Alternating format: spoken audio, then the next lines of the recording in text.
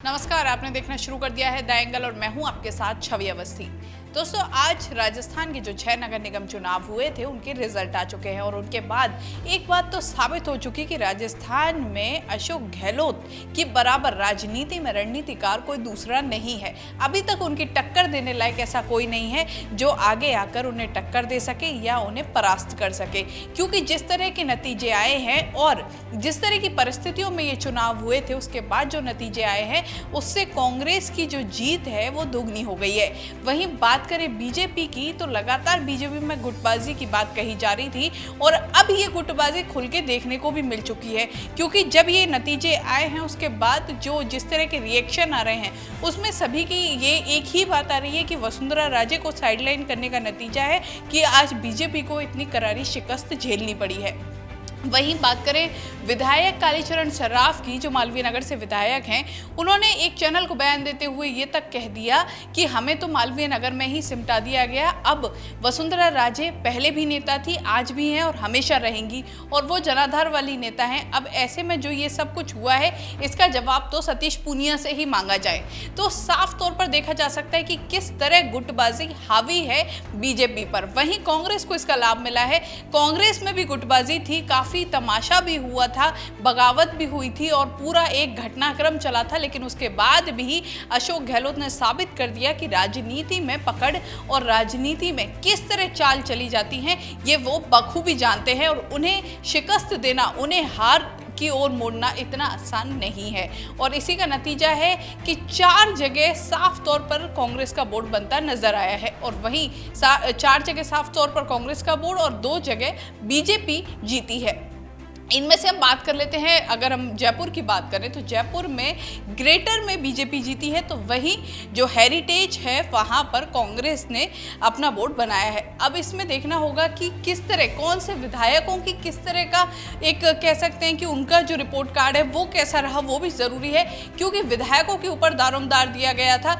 चाहे कोटा की बात करें तो कोटा में शांति धारीवाल ने एक अच्छी, कह सकते हैं कि एक बेहद ही अच्छा प्रदर्शन किया है, जिसके बाद साफ तौर पर, क्योंकि दोनों बोर्ड वहां पर कांग्रेस की ही झोली में आए हैं, तो ऐसे में साफ तौर पर शांति धारीवाल का कद और ज्यादा बढ़ गया है। और वहीं अगर जयपुर की बात करें, प्रताप सिंह खाचरियावास के हिस्से में सबसे ज्यादा सीटें आई हैं। तो अभी मैं आपको रिजल्ट बता देती हूँ सभी विधायकों का, जो जयपुर के विधायक हैं, किसके पास कितनी सीट आई, किसने कितना कांग्रेस को मजबूत किया, ये भी हम जान लेते हैं। सबसे पहले बात करते हैं प्रताप सिंह खाचरियावास की, जो टॉप पर रहे हैं और प्रताप सिंह खाचरियावास ने 24 में से 13 कांग्रेसी पार्षदों को जिताया है। मतलब उनके क्षेत्र में जो 24 में से 13 कांग्रेसी विधायक जीते हैं। वही दूसरी बात करें तो दूसरे स्थान पर रफीक खान रहे हैं, जिन्होंने 25 में से 13 विधायकों को जिताया है। वही महेश जोशी तीसरे नंबर पर रहे हैं। महेश जोशी के ऊपर भी काफ़ी दारोमदार था, लगातार कोशिश कर रहे थे। 26 में से 10 पार्षद जीते हैं उनके क्षेत्र में। वहीं 21 में से 9 पार्षद जीते हैं अमीन कागजी के क्षेत्र में। ये वही हिस्सा आता है जो हेरिटेज में आता है। वही बात करें प्रशांत शर्मा की, जो आमेर से हैं, तो उनके में 2 कांग्रेस और 2 बीजेपी की जीत मिली है। प्रशांत शर्मा के साथ एक चीज़ और देखनी होगी, उनकी टक्कर थी सीधे सीधे बीजेपी के प्रदेश अध्यक्ष सतीश पूनिया के साथ। तो कह सकते हैं कि एक तरह से सतीश पूनिया को नुकसान हुआ है, क्योंकि जहां उनकी जगह थी, जो उनका गढ़ था, वहां पर कांग्रेस ने बराबरी की टक्कर दी है। इसी के साथ एक चीज़ ये भी है, जो बीजेपी के पूर्व अध्यक्ष हैं, चाहे वो अरुण चतुर्वेदी हो या फिर अशोक परनामी, दोनों ही जगह पर कांग्रेस भारी रही है। तो साफ तौर पर कह सकते हैं कि बीजेपी को काफी ज्यादा नुकसान हुआ है। आकलन करने की बहुत ज्यादा जरूरत है, आत्ममंथन करने की बहुत ज्यादा जरूरत है।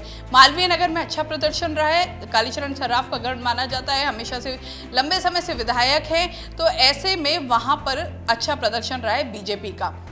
कह सकते हैं कि इस पूरे जो रिजल्ट आए हैं उसके बाद एक बात तो माननी पड़ेगी कि अशोक गहलोत का जादू फिर से चल गया है और अशोक गहलोत ने जिस तरह से रणनीति बनाई थी शुरू से लेके अब तक, उसी का नतीजा है कि कांग्रेस को यह सफलता मिली है। वहीं सचिन पायलट को इससे पूरे घटनाक्रम से दूर रखा गया था। कहा जा रहा था कि जो सचिन पायलट और अशोक गहलोत के बीच जो मनमुटाव हुआ था, जो घटनाक्रम हुआ था, उसका नुकसान कांग्रेस को भुगतना पड़ सकता है, लेकिन ऐसा नहीं दिखा है और कांग्रेस ने एक अच्छी बढ़त बना ली है, अच्छी जीत हासिल हासिल कर ली है, तो कहा जा सकता है कि सचिन पायलट को इससे नुकसान उठाना पड़ सकता है, क्योंकि सचिन पायलट के अभाव में अगर कांग्रेस ने इतना अच्छा प्रदर्शन किया है तो साफ तौर पर एक बात आगे भी जाएगी कि अगर सचिन पायलट के बिना इतना अच्छा प्रदर्शन कर सकते हैं तो फिर इतनी तवज्जो क्यों दी जाए।